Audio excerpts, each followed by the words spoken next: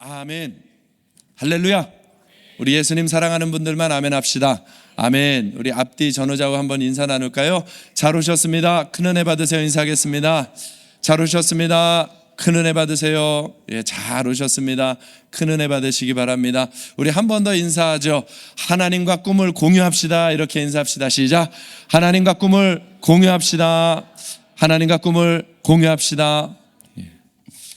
예, 오늘 말씀은 또 다 한 겁니다. 하나님과 꿈을 공유할 수 있는 우리 교회가 되기를 축복합니다. 주님과 마음과 뜻이 맞으면 하나님이 책임져 가십니다. 주님 따라가는 우리 교회 되기를 축복합니다. 얼마 전에 에이펙 회담이 있었습니다. 중요한 나라들 인사들 대통령들이 다 왔죠.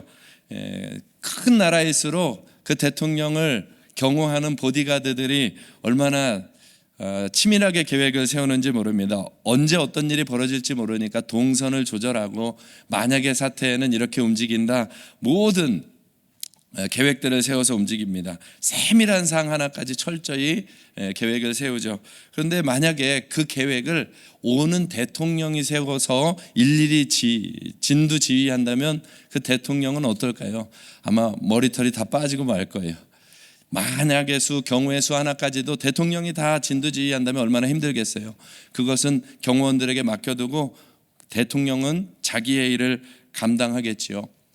복음이 그런 것입니다. 여러분, 복음은 하나님이 하나님의 자녀들을 자녀답게 살아갈 수 있도록 준비해 주신 것이 복음입니다. 하나님이 이미 모든 것을 끝내놓으시고 우리에게는 믿음으로 앞만 보고 나아가면 된다고 준비시켜 주신 것이 복음입니다.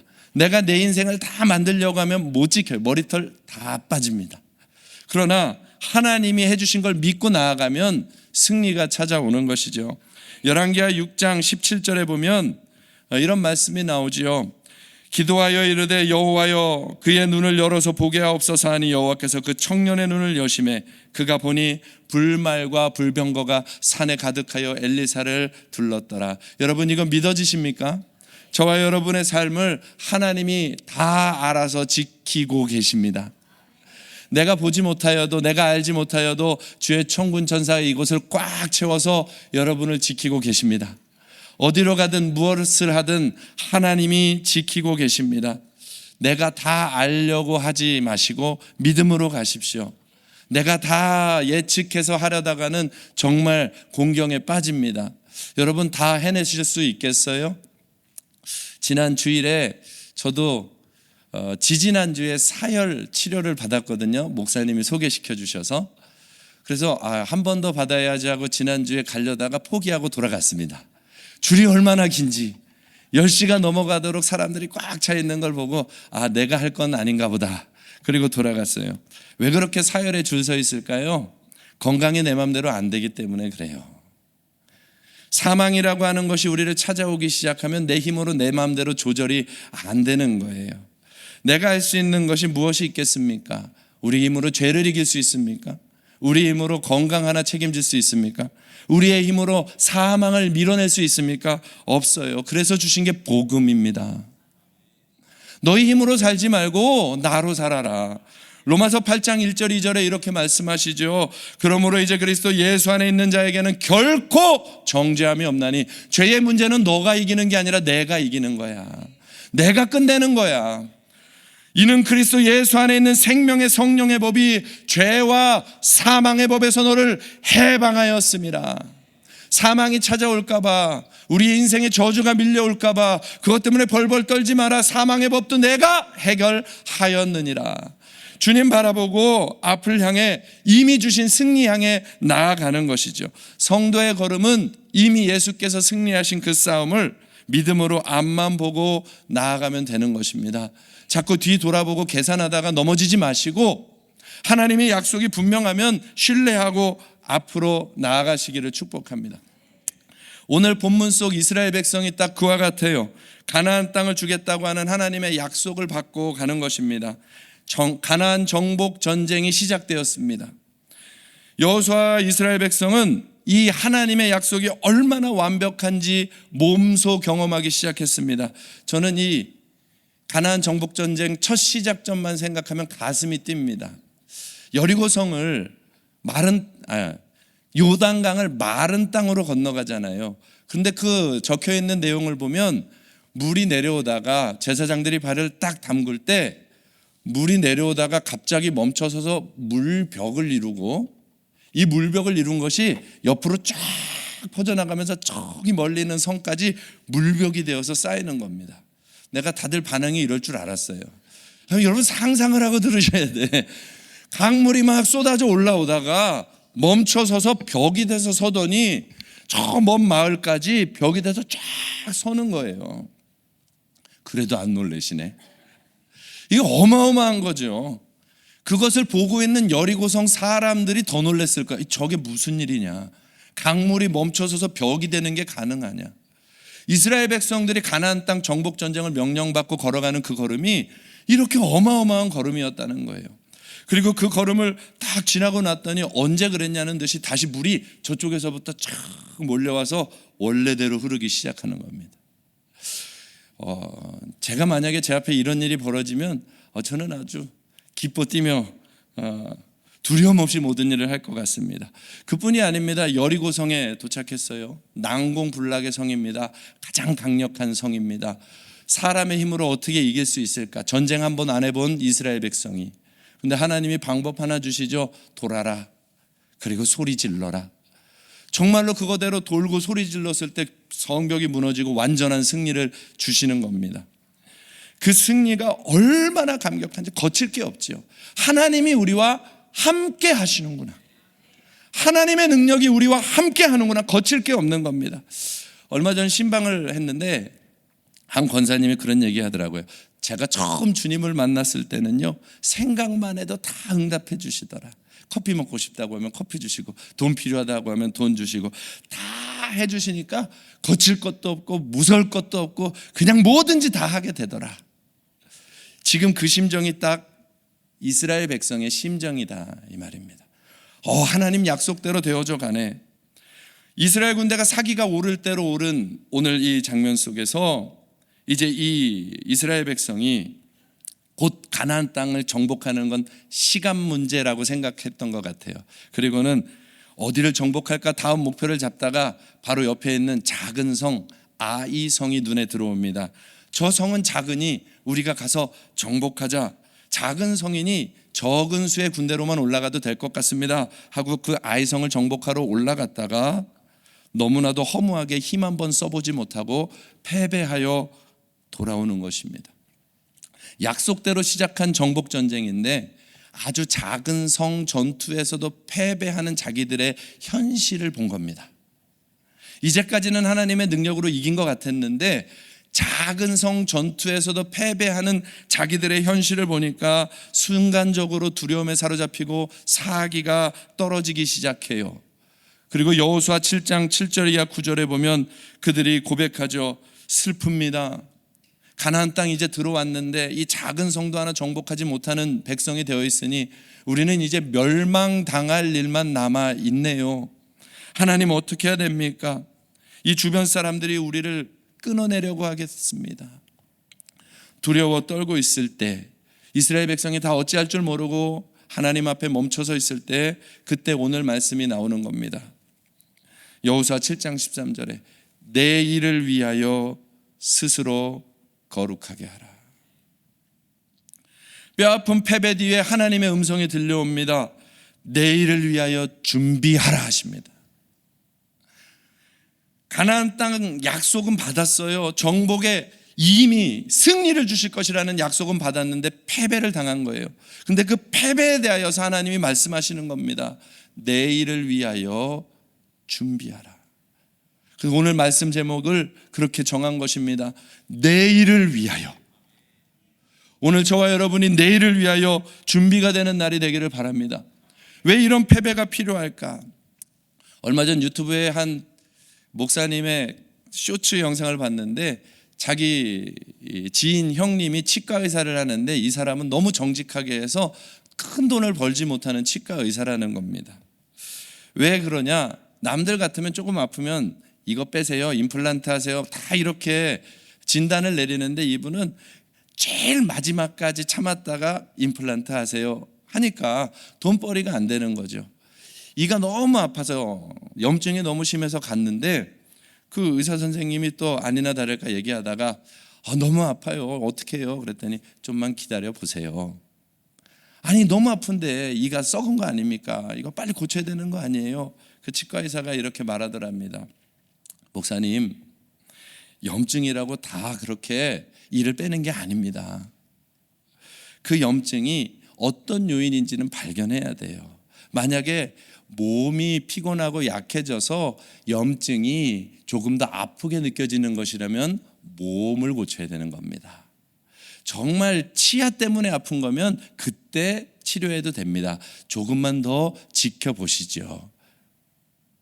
그리고는 그 치료를 그때 깨달았다는 거예요. 하나님이 내 인생에도 그와 같은 것을 주실 수 있겠구나. 당장 제거해야 할 아픔도 있겠지만 어떤 것은 내버려 두면서 상황을 지켜봐야 하는 것이 있겠구나. 근데 오늘 아이성 전투가 바로 그와 같은 것입니다. 당장 이 패배를 없애버리면 좋을 것 같은데 그렇게 하지 아니하고 하나님은 내일을 위하여 준비하라는 것입니다. 이 패배는 내일을 위한 준비인 것입니다. 저와 여러분의 삶에 있는 고난들, 어려움들, 지난 주일 말씀대로라면 비판이나 여러 가지 이해할 수 없는 일을 만났거든 오늘 말씀을 한번 기억해 보세요. 내일을 위하여 준비하고 있는 일이다. 짧게는 내일에 있을 아이성 전투이지만 크게는 멀리는 반드시 한 나라, 큰 나라를 이루게 될 이스라엘 미래를 준비하는 하나님의 계획이다 이 말입니다. 내일을 위하여, 내일의 승리를 위하여, 내일의 응답을 위하여 오늘 다시 준비해야 되겠습니다. 그러면 내일을 위해 오늘 뭘 준비하겠냐는 것이죠. 지금 아이성 가나안 정복 전쟁 가운데 있습니다. 그래서 우리도 우리 인생의 정복 전쟁 가운데 있을 텐데 오늘 한 가지는 명확하게 해야 되겠습니다. 이 전쟁의 양상을 파악하는 것부터 시작해야 되는 것이죠. 무슨 전쟁인지를 파악해야 되는 겁니다. 우크라이나와 러시아가 전쟁 중이에요. 힘으로 따지면 러시아가 아주 강력해 보이는데 우크라이나가 쉽게 지지 않고 지금 몇 년째 전쟁을 하고 있습니다. 전쟁은요 사실 힘의 대결입니다. 예전에는 무기를 누가 더 많이 갖고 있냐, 요새는 누가 최첨단 무기를 더 잘 가지고 있느냐, 정보력을 더 얼마나 가지고 있느냐, 결국에는 힘의 대결입니다. 전쟁의 양상이 힘이 세면 이기는 겁니다. 또 하나는 힘만으로 안 되는 것은 지금 우크라이나처럼 목적의 대결이 되는 거예요. 전쟁의 양상이 우리는 비록 약해도 이 나라를 빼앗길 수는 없지. 그리고는 그 애국심으로 인하여서 명분을 붙잡고 싸우게 되면 때로는 약한 사람이 이기기도 하는 것입니다. 목적의 대결이 되는 것이죠. 그러면 한번 물어보겠습니다. 아이성 전투는, 가나안 정복 전쟁은, 저와 여러분이 살아가는 신앙의 영적 전쟁은 어떤 양상의 전쟁입니까? 힘의 대결입니까? 명분의 대결입니까? 오늘 말씀에 그 답이 나와 있습니다. 여호수아 7장 13절입니다. 가나안 정복 전쟁, 우리 인생의 삶의 진짜 전쟁은 바로 이것이죠. 내일을 위하여 스스로 뭐하라? 거룩하게 하라. 가나안 정복 전쟁의 양상은 거룩의 전쟁이다 이 말입니다. 전쟁을 누가 이기냐? 거룩한 백성이 이긴다는 거예요. 거룩을 위한 전쟁이다 이 말이에요. 저와 여러분이 이 땅을 살아가는 진짜 싸움의 핵심은 거룩을 위함이다. 하나님이 저와 여러분의 인생에 승리를 준다면 거룩 때문이다 이 말이에요. 그것이 전쟁을 이기는 유일한 비결이 되는 것입니다. 조금 더 나가볼까요? 이 전쟁의 목적은 사실은 거룩이지만 더 공동체적으로 나가면 하나님 나라를 건설하는 것입니다. 이스라엘을 통하여 거룩한 하나님의 나라를 건설하는 것입니다. 가나안 전쟁은 단순히 승리해서 힘으로 땅을 정복하고 노량물을 차지하는 전쟁이 아니라고 하나님이 말씀하고 계시는 거예요. 저와 여러분이 신앙생활에 나갈 때 무엇인가를 얻어내고 취하는 것을 목적으로 삼는다면 우리는 싸움의 방향을 잘못 잡은 것입니다. 가나안 전쟁은 땅을 차지하고 노량물을 취하는 전쟁이 아닙니다. 아이성 전투의 패배 이유가 나오지요. 여호수아 7장 1절에는 왜 패배했는지가 이렇게 나옵니다. 아간이 온전히 바칠 하나님의 물건을 취하였기 때문이다. 온전히 바친 물건을 가졌기 때문이다. 그가 가진 물건은 여호수아 7장 21절에 보면 시나이산의 아름다운 외투 한 벌과 은 200세겔과 무게가 50세겔 되는 금덩이를 보고 탐내어 가졌다. 전쟁에서 이겼으니 이 정도 노량물은 가져가도 되지 않겠는가? 이 정도는 숨겨도 되지 않겠는가? 아마 이런 마음도 있었겠죠. 나만 이렇게 하고 있겠어? 우리 이스라엘 백성 다른 사람도 자기가 뭔가를 가지고 취하여 숨겨놨겠지. 바보처럼 내가 여기서 취할 거 취하지 않고 남들하고 똑같이 좀 가져야지, 나만 손해볼 수는 없지. 시날산의 외투, 은 200세겔, 50세겔 되는 금덩이를 감춰놓은 것이죠. 그런데 하나님은 이 전쟁을 패배하게 하신 겁니다. 그거 가져갔다고. 그러니까 전쟁의 내용을 보면 승리에도 가져갈 것이 없는, 온전히 바쳐야 되는 전쟁이었단 말이죠. 아간에게는 승자 독식의 전쟁이었던 겁니다. 아간에게는 전쟁의 1차 목적이 삶의 윤택함이었습니다. 부의 회복이었습니다.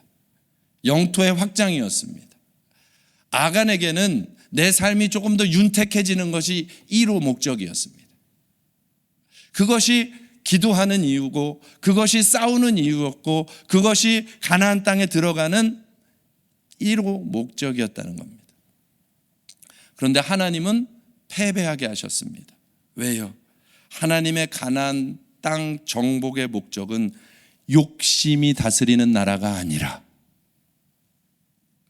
거룩한 하나님이 다스리는 나라를 세우고 싶으셨기 때문에, 세상과 구별된 나라, 하나님이 왕이 되고 하나님의 말씀이 다스리는 나라를 세우는 것이 목적이셨기 때문에 하나님의 사랑, 모든 것을 내어주어도 아깝지 아니하고 영혼을 살려내는 사랑의 나라를 세우고 싶은 것이 하나님의 꿈이었기 때문에, 전쟁에서 이겨서 나의 목적을 취하며 복받았다라고 말하는 사람들이 아니라 하나님의 뜻을 위하여서 이 세상이 아닌 하나님의 목적을 만들어내는 나라, 이 세상의 유일한 그 나라 세우고 싶었던 것이 하나님의 꿈이었다, 이 말입니다. 그게 전쟁의 양상이었다는 겁니다. 사랑하는 성도 여러분들, 저와 여러분 안에 오늘 밤에 주님 앞에 나와서 기도하는 진짜 목적이 어디에 있으십니까? 여호수아 1장 6절에서 8절에 여호수아가 모세를 이어서 이스라엘 백성을 인도해 갈 때에 그가 두려워할 때 하나님이 주시는 말씀이지요. 강하고 담대하라. 너는 내가 그들의 조상에게 맹세하여 그들에게 주리라 한 땅을 이 백성에게 차지하게 하리라. 너는 반드시 그 일을 하게 할 것이다. 그런데 너 이렇게 해야 돼. 오직 강하고 극히 담대하여, 여기서부터는 같이 읽죠. 나의 종 모세가 내게 명령한 그 율법을 다 지켜 행하고 우로나 좌로나 치우치지 말라. 그리하면 어디로 가든지 형통하리니. 가나안 정복 전쟁의 핵심은 그 땅을 다 이겨라가 아니에요. 좌로나 우로나 말씀에서 치우치지 마라. 이게 가나안 정복 전쟁에 싸우는 유일한 방법이다, 이 말이에요. 거룩의 양상이에요. 이 전쟁의 양상은 힘의 전쟁이 아니라 거룩의 싸움이다, 이 말입니다. 교회의 싸움은 거룩의 싸움인 것입니다. 성도의 싸움은 거룩의 싸움인 것입니다. 가정의 회복이요, 교회의 회복이요, 나라의 회복이요, 목장의 회복이요, 다 거룩의 싸움입니다. 이 하나님의 꿈이 같은 꿈이 되기를 하나님이 원하신다, 이 말이에요. 우리 예수마을교회는 하나님과 꿈을 공유하기를 축복합니다. 우리가 기대하고 바라는 그 모든 것들은 하나님이 다 하십니다. 8절 보십시오. 이 율법책을 내 입에서 떠나지 말게 하며 주야로 그것을 묵상하여 그 안에 기록된 대로 다 지켜 행하라. 그리하면 내 길이 평탄하게 될 것이며 내가 형통하리라. 하리라. 하나님의 1차 가장 중요한 목적은 말씀에서 좌로나 우로나 치우치지 않는 하나님이 다스리는 나라 세우는 것입니다. 저와 여러분을 향한 목적입니다. 저와 여러분을 하나님의 말씀이 다스리는 좌로나 우로나 치우치지 않는 사람으로 세우기를 원하십니다. 그 다음에 2차 목적은 그리하면 형통을 주시겠다는 하나님의 계획이 있습니다. 근데 1차와 2차 목적의 핵심이 하나 있어요. 1차는 내가 할 수 있고요, 2차는 내가 못한다는 것입니다. 1차 목적은 좌로나 우로나 치우치지 않는 것은 내가 할 수 있는데,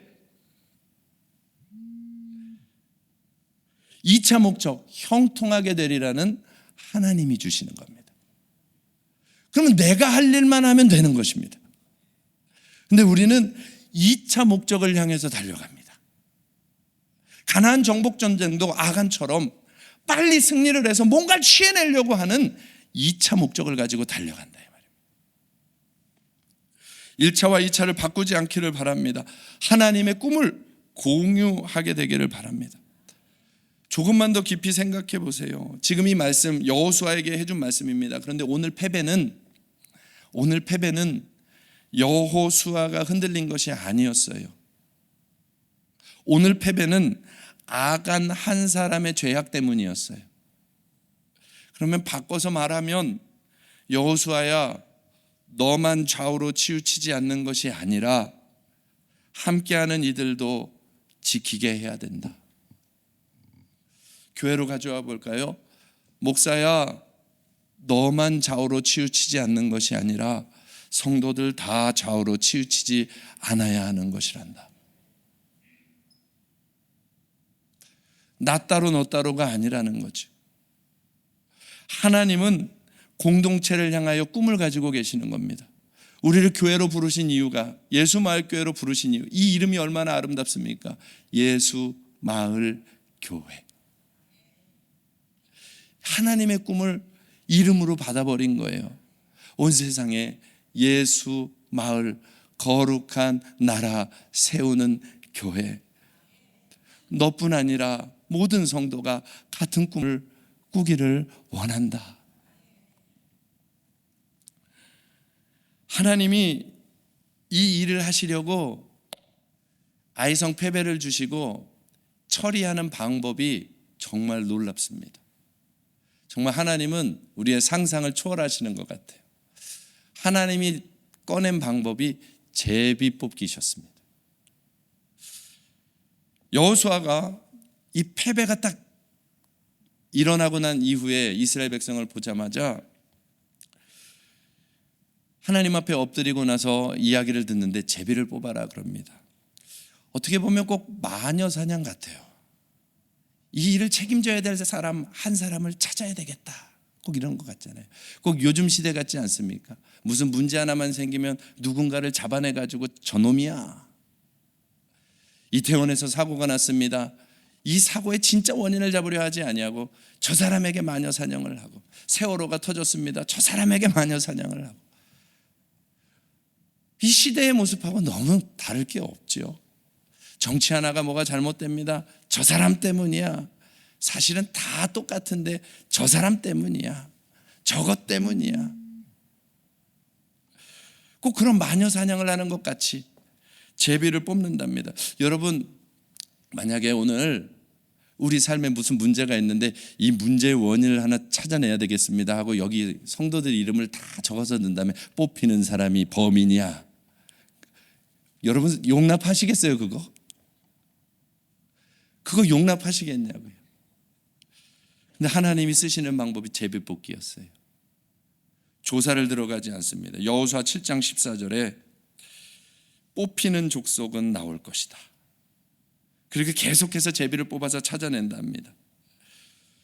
정말로 제비를 뽑기 시작합니다. 유다 지파가 뽑혔습니다.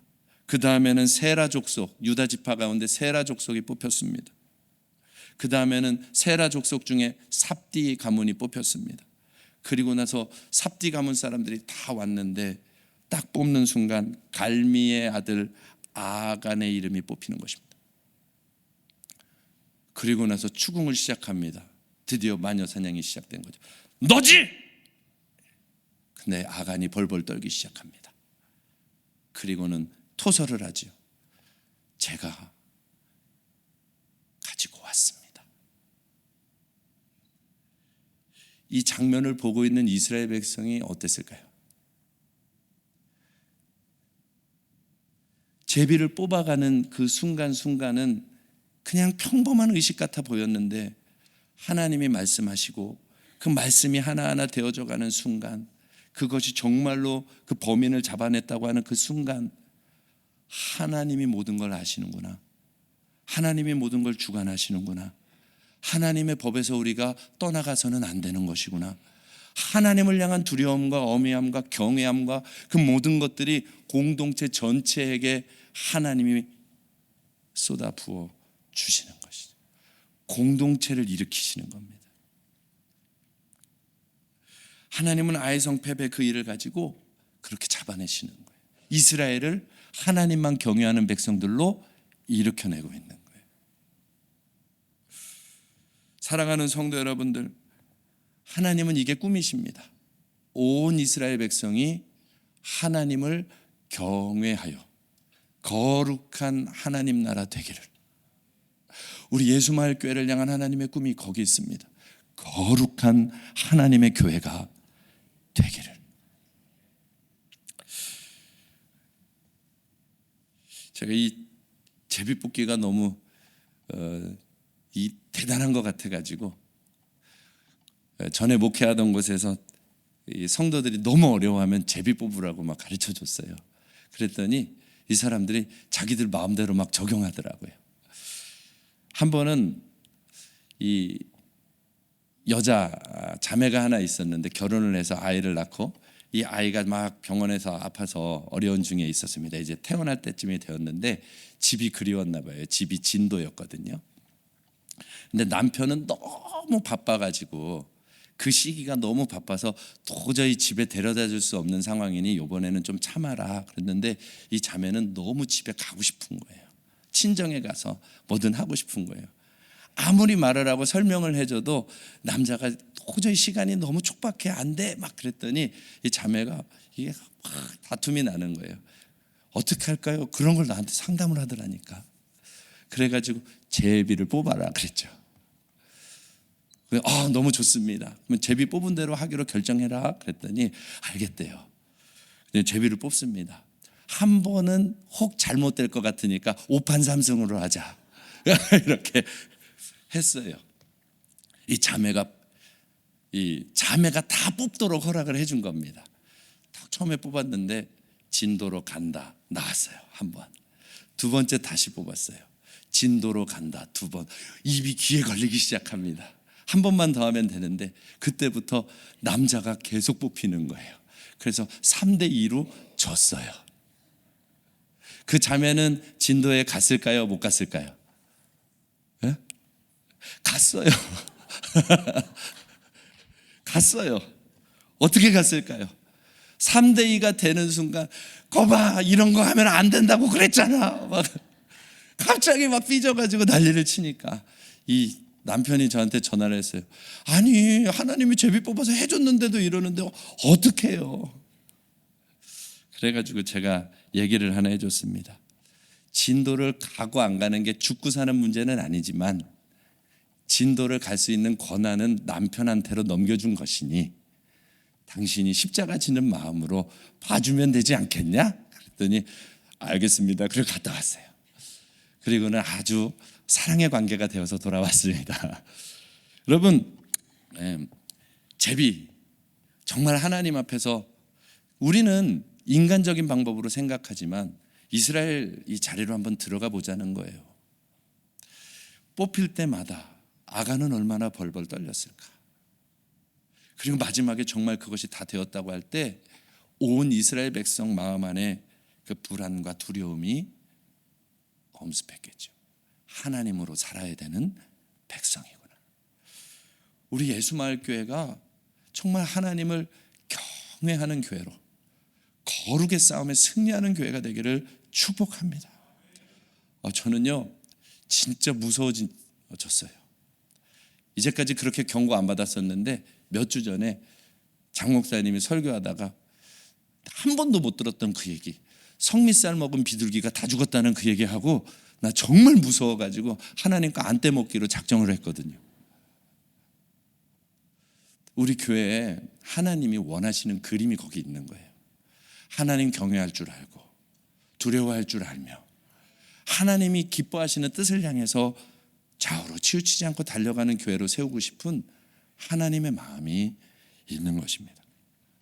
그런데 이 제비뽑기를 해서만이 아니라 그 다음 처리의 과정이 하나님의 방법이었어요. 여호수아 7장 15절입니다. 같이 한번 읽어볼까요? 온전히 바친 물건을 가진 자로 뽑힌 자를 뭐해라? 불사르되 그와 그의 모든 소유를 그리하라. 이는 여호와의 언약을 어기고 이스라엘 가운데서 망령된 일을 행하였음이라 하셨다 하라. 이게 왜 하나님의 방법이냐? 모든 걸 불태워 묻어버리랍니다. 태워버리랍니다. 아마 이런 생각하는 사람이 있을 거예요. 그래도 금이 50세겔인데 사람이 잘못했으니 사람은 죽이고 뭐 금까지 묻어? 금은 빼서 놔두면 되지. 여리고 성을 정복할 때 하나님이 금이고 은이고 뭐고 다 그냥 진멸해버리라고. 그러면 하나님의 관심은 어디 있는 거예요? 하나님의 관심은 물질에 없어요. 하나님의 관심은 돈에 없어요. 그건 우리만 관심이 있어요.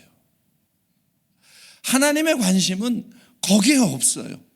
하나님의 관심은 오직 하나, 이스라엘 백성의 영혼에 있는 거예요. 이스라엘 백성의 영혼이 하나님을 가장 귀한 보물로 여기고 살아가기를 원하는 그 마음 하나, 가나안 땅에서 그 나라를 세우고 싶으신 것입니다. 하나님의 말씀대로 하나님의 관심에 따라가는 사람들, 하나님이 최고 권위가 되는 사람들, 하나님의 말씀이 최고 권위가 되는 나라와 공동체를 세우고 싶으시다 이 말입니다. 우리 예수마을교회가 하나님의 꿈을 공유하는 교회가 되기를 축복합니다. 그게 내일을 위하여 해야 할 일이라는 거예요. 거룩을 꿈꾸라. 거룩의 전쟁임을 깨달으라. 그래서 거룩함의 싸움을 하는 것입니다. 무엇을 할까 말까 보다 더 중요한 것, 거룩함을 향해 가고 있느냐. 많은 일을 하냐 적게 하냐 보다도 거룩함을 유지하고 있느냐, 정직함을 유지하고 있느냐, 사랑을 유지하고 있느냐, 죄와 타협하지 않고 있느냐. 이 싸움을 싸울 때 하나님이 저와 여러분의 가정도 교회도 목장도 마을도 다 든든하게 세워내시기 시작한다 이 말이에요. 더뎌 보일지라도 하나님은 그리 하십니다. 빠른 길과 바른 길 중에 우리는 바른 길을 선택해야 할 줄 믿습니다. 그것이 하나님의 꿈이라는 것을 믿고 그 거룩의 싸움을 해 나가기를 축복합니다.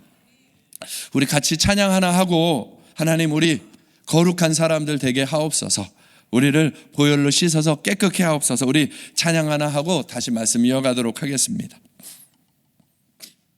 우리가 거룩해지는 것은 예수의 보혈의 능력밖에 없는 줄 믿습니다. 우리 힘있게 같이 찬양하고요, 다음 말씀 다시 듣도록 하겠습니다. 할렐루야.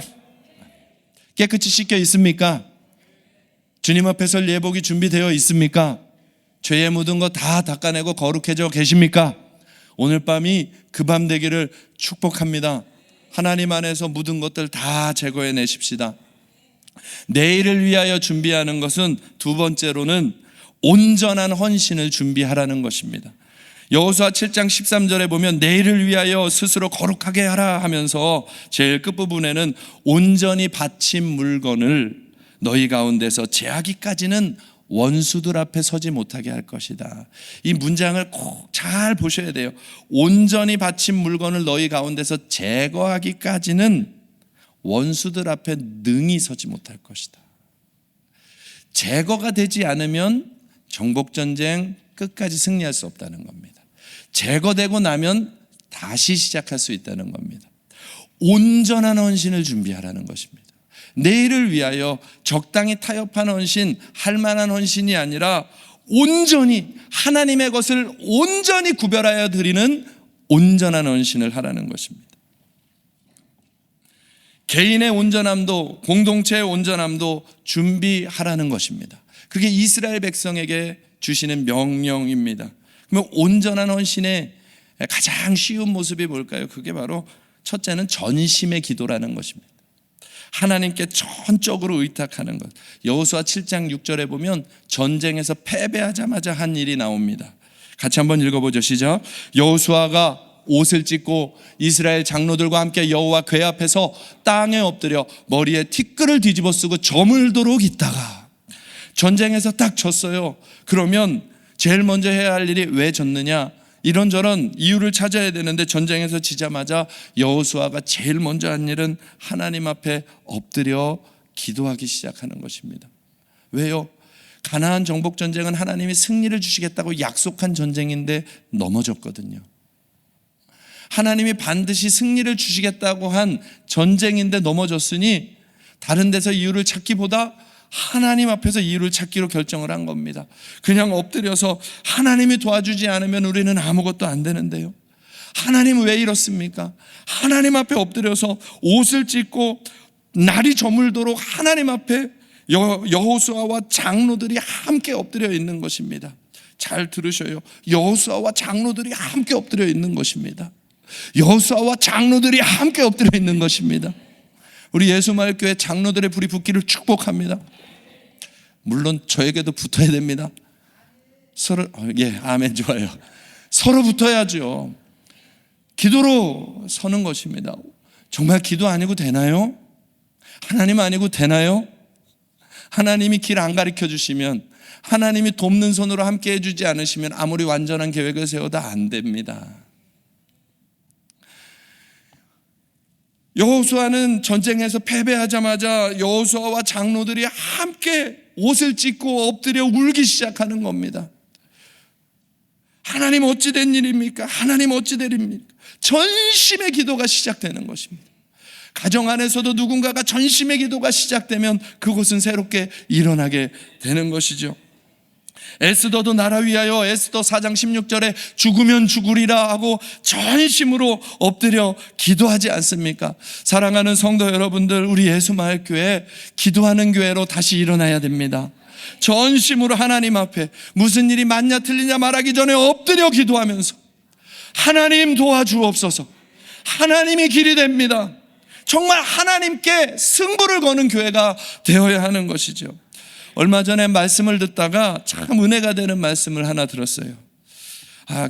김동호 목사님 설교를 듣다가 그분의 자녀들 간증을 하는데 너무 은혜가 되는 겁니다. 이분은 기독교계에서는 조금 여러 가지 평가를 받습니다. 그런데 그 자녀들의 모습만큼은 참 하나님 앞에 믿음으로 가고 있구나 하는 걸 내가 너무 은혜가 된 거예요.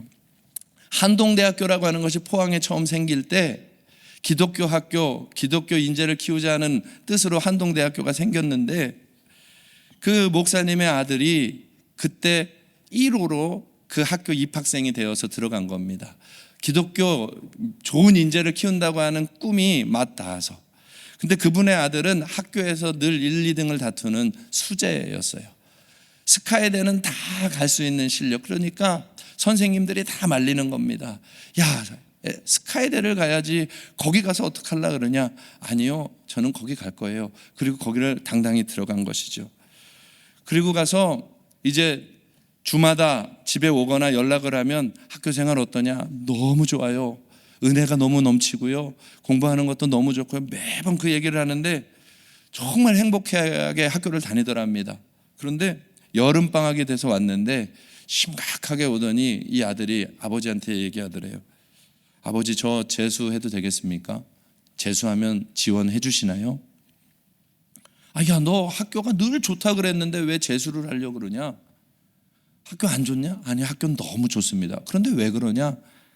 그런데요, 이 학교에 오는 교수님들이나 다른 사람들이 이렇게 얘기합니다. 신생학교니 선배들도 없고 끌어줄 사람도 없으니 한국은 인맥이나 출신 학교가 중요한데 지금 잘하고 나가본들 미래에 너의 길이 열리기가 쉽겠냐? 차라리 재수를 해라. 와서 가르치는 교수님이나 그런 분들도 그런 이야기들을 해주는 거죠. 그러니까 미래에 대한 걱정이 온 것입니다.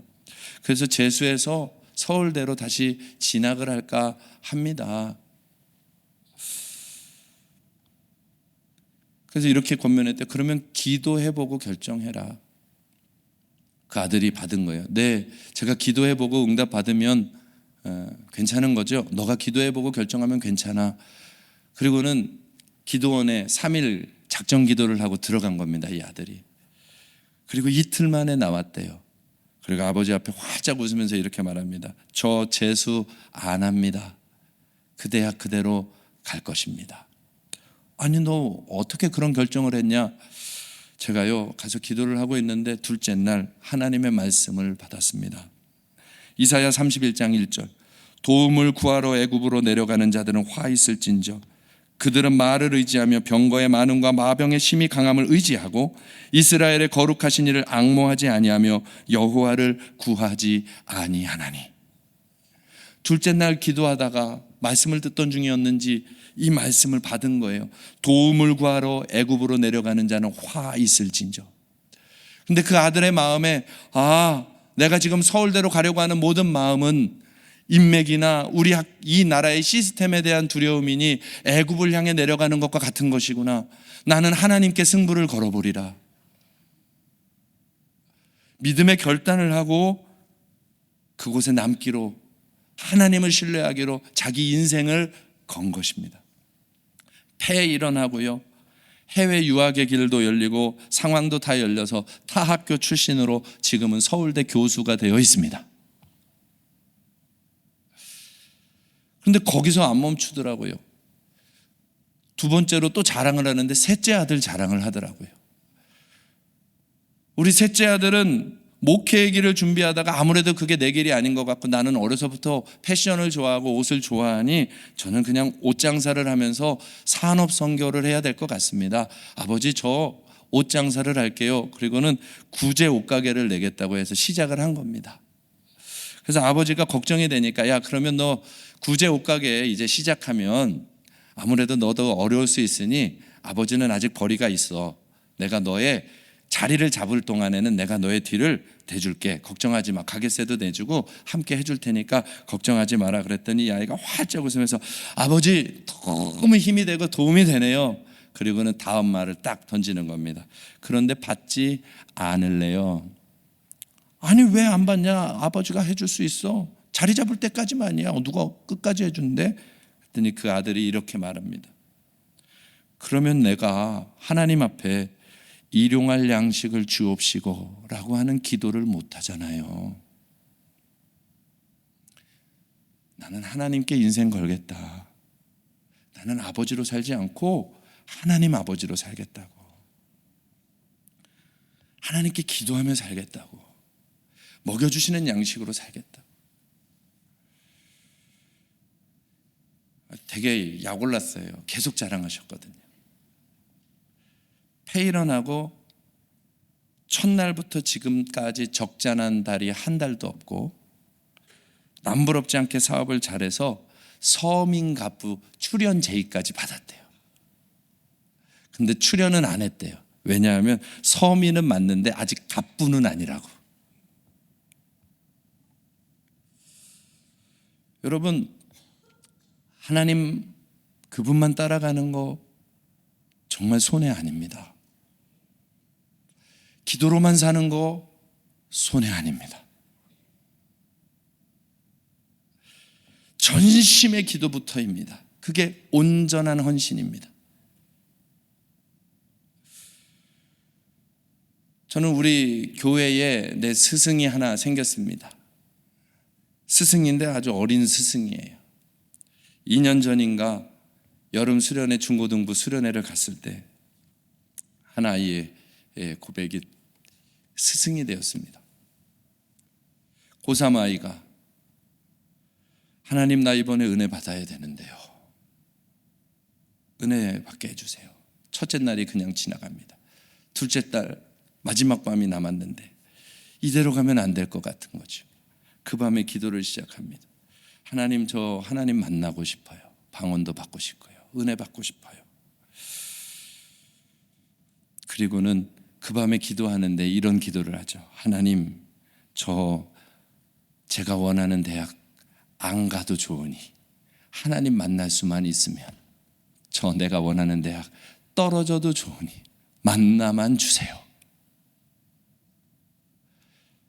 그 밤에 방언을 받고 하나님을 만났다고 하는 간증을 다음날 하더라고요. 너무 기대했는데 정말 그 아이가 원하는 대학을 못 갔더라고요. 그런데 그 다음에 올해는 원하는 대학에 가서 장학금 받으면서 다니고 있는 것 같던데요. 여러분, 그 학생 저에게 평생 스승이 된 것입니다. 하나님 앞에 전심의 기도를 드리는, 우리 예수마을교회 전심의 기도를 올려드리는 사람들로 가득가득 채워지기를 원합니다. 온전한 헌신. 그 온전한 헌신의 두 번째가 전심의 순종이라는 것입니다. 전쟁이 났어요. 이제 모든 것이 패배하고 다시 정비를 해서 올라가는데 하나님이 여호수아에게 이렇게 명합니다. 여호수아 8장 1절에서 2절 말씀에 여호수아에게 이르되 두려워 말라 놀라지 말라 군사를 다 거느리고 일어나 아이로 올라가라. 군사를 다 거느리고 올라가랍니다. 그리고 이렇게 저렇게 해라. 그리고는 너는 아이성 뒤에 복병을 둘지니라. 하나님이 작전을 하나 가르쳐 주는 것이죠. 그 말을 들은 여호수아가 여호수아 8장 3절에서 9절 말씀에 보면 그 말씀대로 다 순종하는데요, 작전을 얼마나 디테일하게 짜는지 모릅니다. 너희들은 여기 있고 누구는 저기 있고 이런 일이 생기면 이렇게 도와주고 그렇게 하는 것이다 다 해놓고 다 올라가서 하나님 말씀대로 매복을 한 후에 여호수아 8장 9절에 이런 말씀이 있어요. 여호수아는 그 밤에 백성 가운데서 잤더라. 최고 지도자 아닙니까? 다 지시해놓고 기다리고 있으면 되잖아요. 그런데 여호수아는 다 올라가라 하신 주의 말씀처럼 그 노구의 몸으로 그곳에 올라가서 적진에서 그 이슬을 맞으며 잠자고 있는 것입니다. 전심의 순종. 세밀하게 모든 것을 다 하고도 자기의 몸과 마음을 다 거기에 몰입하여 드리며 나아가는 전심의 순종. 하나님이 그 순종을 받아주시길, 그것을 기다리고 있었다는 겁니다. 구체적인 작전과 계획이 너무 완벽했지요. 그 말은 아주 똑똑한 사람이 되라는 얘기가 아닙니다. 여호수아가 할 수 있는 모든 힘과 모든 지혜를 다해서 했다는 것입니다. 여호수아가 할 수 있는 모든 힘과 모든 지혜를 다해 온 마음을 다해 성실함으로 순종했더니 나머지는 하나님이 하시는 겁니다. 제가 성경을 보면서 참 은혜 받는 게 있습니다. 잘해라 라고 말한 적이 없더라고요. 그러나 성실히 한 것에 대하여서 잘하였도다 착하고 충성된 종아 칭찬하시는 것은 맞습니다. 그러나 시작하면서부터 너 이제 잘해야 된다, 훌륭하게 만들어내라, 그런 부담 주시는 하나님이 아니시더라. 그러나 주님을 향하여서 내가 명한 일이니 끝까지 걸어가라, 순종해라, 시키는 일을 해봐라. 주님은 그렇게 말씀하시지 너 잘해라 그거 가지고 부담 주고 그거 가지고 힘들게 하고 그거 가지고 사람을 흔들어대고 그러지 않더라 이 말입니다. 그런데 순종만 하면 돕는 손으로 함께 하시더라. 우리 예수마을교회 성도들은 하나님의 돕는 손이 역사하는 사람들이 되기를 바라고, 저와 여러분이 그 증거가 되어서 이 세상 살아가면서 하나님 주님이 하셨습니다 말할 수 있는 사람들, 어디 가서도 날은 안 되는데 하나님이 하셔서 말할 수 있는 주의 사람들 되기를 축복합니다. 전심의 순종은 또 하나님께 초점 집중하는 것입니다. 여호수아 8장 18절 말씀입니다. 같이 한번 읽어볼까요? 여호와께서 여호수아에게 이르시되 내 손에 잡은 단창을 들어 아이를 가르키라. 내가 이 성읍을 내 손에 넘겨주리라. 여호수아가 그의 손에 잡은 단창을 들어 그 성읍을 가르쳤다. 이렇게 되어 있습니다. 이게 왜 하나님께 초점 집중이죠? 왜 하나님께 이게 초점 집중이죠? 저는요, 여기 올라오면 무슨 말을 하고 있는지 내가 몰라요. 선포하고 있지만 하나님이 그때 막 나를 정신없이 만들어 가십니다. 그리고 긴장감이 함께 있기 때문에 다 어떻게 되어져 가는지 알지 못하는 경우가 많습니다. 주님이 하신다고 믿고 받으시기를 바랍니다. 그런데 현장의 일에 들어가면 사람이 그렇게 된다는 거예요. 어떤 일이든지 하기 전까지는 기도하면 다 되는데 일단 시작하면 그때부터는 자기에게 집중이 되는 게 사람의 모습이라는 거죠. 여호수아는 전쟁이 시작된 거예요. 전쟁 한복판 이 치열한 현장에서 지금 다시 보십시오.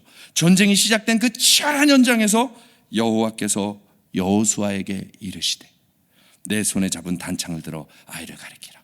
적군은 몰려오는데 치열한 상황 중에 하나님의 음성을 듣고 있다 이 말이에요.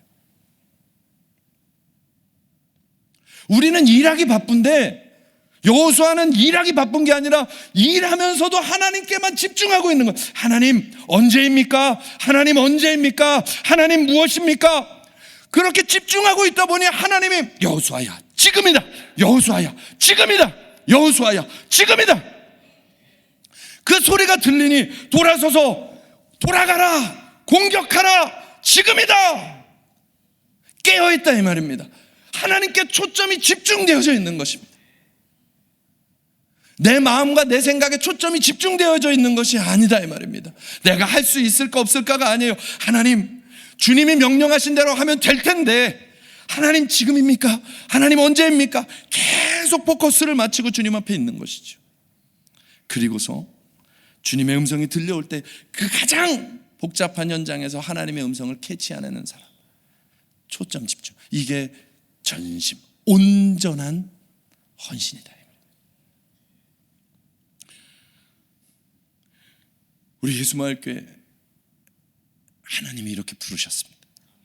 온전하게 주님께 초점 집중하여 나가면 시마다 때마다 넘어설 수 있는 지혜와 힘을 하나님이 반드시 주십니다.